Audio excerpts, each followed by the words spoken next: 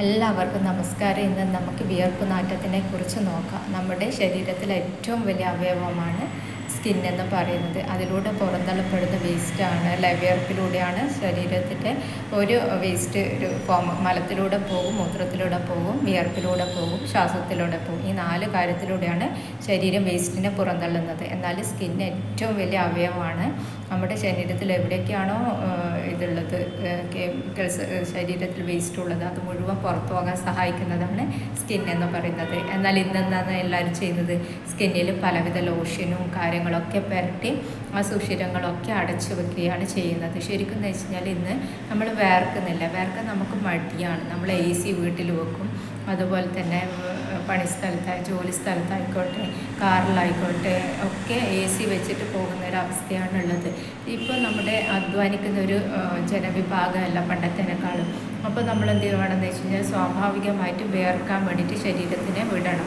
അത് ജിമ്മിൽ പോയിട്ടായിക്കോട്ടെ, അല്ലെങ്കിൽ നമ്മൾ വീട്ടിൽ നിന്ന് ഒരു എക്സസൈസ് ചെയ്തിട്ടായിക്കോട്ടെ, രാവിലെയും വൈകുന്നേരം, അല്ലെങ്കിൽ ഡാൻസ് പാട്ട് വെച്ചിട്ട് ഡാൻസ് കളിച്ചാലും നമുക്ക് അറിയുന്ന സ്റ്റെപ്പ് വെച്ച് കളിച്ചാൽ പോലും നമ്മുടെ ശരീരം വേർക്കുന്നത് കാണാം. ഇന്ന് പക്ഷേ നമ്മൾ അതിനൊന്നും മുതിരാറില്ല. അതുപോലെ തന്നെ നിങ്ങൾ ശ്രദ്ധിക്കേണ്ട കാര്യമാണ് സോപ്പ് ഉപയോഗിക്കുക. കുളിക്കുമ്പോൾ സോപ്പിന് പകരം നാച്ചുറലായിട്ടുള്ള സാധനങ്ങൾ ഉപയോഗിച്ചുകൊണ്ട് കുളിക്കാൻ ശ്രമിക്കുക. അത് കഴിഞ്ഞിട്ട് ശരീരം തോർത്താതെ ഇടുക. അപ്പോൾ തന്നെ ശരീരത്തിൻ്റെ എല്ലാ സുഷിരങ്ങളും സ്കിന്നിലുണ്ടാകുന്ന ഓപ്പൺ ആകുന്നത് കാണാൻ വേണ്ടി പറ്റും. ഈ സുഷിരങ്ങളൊന്നും ഓപ്പൺ ആകുന്നില്ലെങ്കിലാണ് നമുക്ക് പലവിധ രോഗങ്ങളായിട്ട് വരുന്നത്. സ്കിന്നിലൂടെ വേസ്റ്റുകൾ പുറത്തേക്ക് പോയാൽ നമുക്ക് ഒത്തിരി പ്രയാസങ്ങൾ മാറിപ്പോകുന്നത് കാണാൻ വേണ്ടി പറ്റും. കാരണം വേസ്റ്റ് പുറത്തേക്ക് പോകുന്നില്ല. വേസ്റ്റ് ഉണ്ടാകാൻ കുറേ കാരണങ്ങളുണ്ട്. മാനസിക സമ്മർദ്ദം നമ്മുടെ ശരീരത്തിൽ വേസ്റ്റ് ഉണ്ടാകാൻ കാരണമാകുന്നുണ്ട്. അതുപോലെ തന്നെ സ്പൈസി ഫുഡ്, ജങ്ക് ഫുഡ് ഒക്കെ കഴിക്കുന്നത് ശരീരത്തിൽ ഒരുപാട് വേസ്റ്റ് ഉണ്ടാകുന്നുണ്ട്. അതുപോലെ തണുത്ത വെള്ളങ്ങൾ, പലവിധ ജ്യൂസ് പോലെയുള്ളത് വാങ്ങിയിട്ട് നമ്മൾ കുടിക്കും. ദാഹിക്കുമ്പോൾ എപ്പോഴും കുടിക്കേണ്ടത് പച്ചവെള്ളമാണ്. അപ്പോൾ ഇതിൻ്റെ കെമിക്കൽസും ഒക്കെ ശരീരം പുറന്തള്ളാൻ വേണ്ടിയിട്ട് സ്കിന്നിലൂടെ നോക്കുമ്പോൾ പലതും കഴിയില്ല. സ്കിന്നൊക്കെ അടഞ്ഞിട്ടാണ് ഉണ്ടാവുക. ഇത് സ്കിന്നിൻ്റെ സ്വാഭാവിക പ്രവർത്തനത്തിന് വേണ്ടിയിട്ട് നമ്മൾ തീർച്ചയായിട്ടും ഇത്തരം കാര്യങ്ങൾ ശ്രദ്ധിക്കണം. നമുക്ക് മാനസിക രോഗമുണ്ടെങ്കിൽ തീർച്ചയായിട്ടും ഭയങ്കരമായിട്ട് വിയർപ്പ് കൂടുതലായിരിക്കും. അതുപോലെ പലവിധ ടാബ്ലറ്റ് നിങ്ങൾ ഉപയോഗിക്കുന്ന മരുന്നുകൾ, അത് നിങ്ങളുടെ ശരീരത്തിൽ ഉഷ്ണം വർദ്ധിപ്പിച്ച് വിയർപ്പുണ്ടാകുന്നുണ്ട്. അതുപോലെ തന്നെയാണ് ഇങ്ങനത്തെ സ്പൈസി ഫുഡും ജങ്ക് ഫുഡും.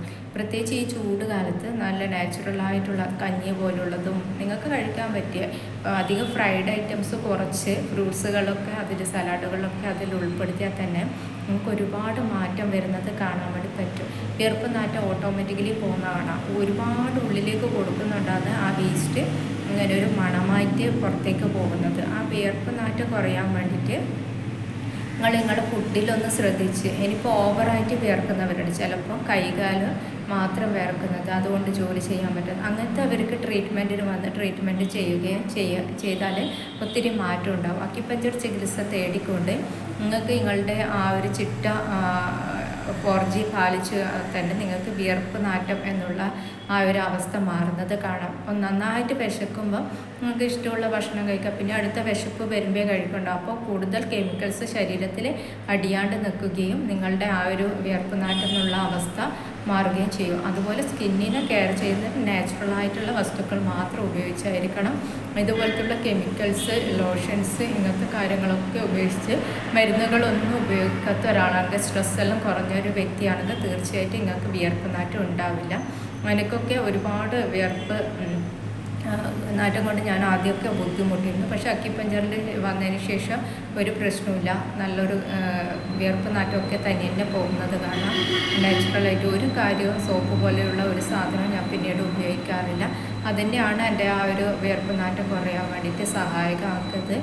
നിങ്ങൾക്ക് ആർക്കെങ്കിലും അങ്ങനെ ഒരു ആവശ്യമുണ്ടെങ്കിൽ തീർച്ചയായിട്ടും നിങ്ങൾ അക്യുപഞ്ചറിസ്റ്റിൻ്റെ അടുക്ക പോയി ട്രീറ്റ്മെൻറ്റ് ചെയ്ത് നിങ്ങളുടെ ആ ഓവർ വിയർക്കുന്ന ആ പ്രവണത നിർത്താനും ശരീരത്തിൽ സ്വാഭാവികമായിട്ടുള്ള വിയർപ്പിലൂടെ പോകാനും വേണ്ടിയിട്ട് സാധിക്കും.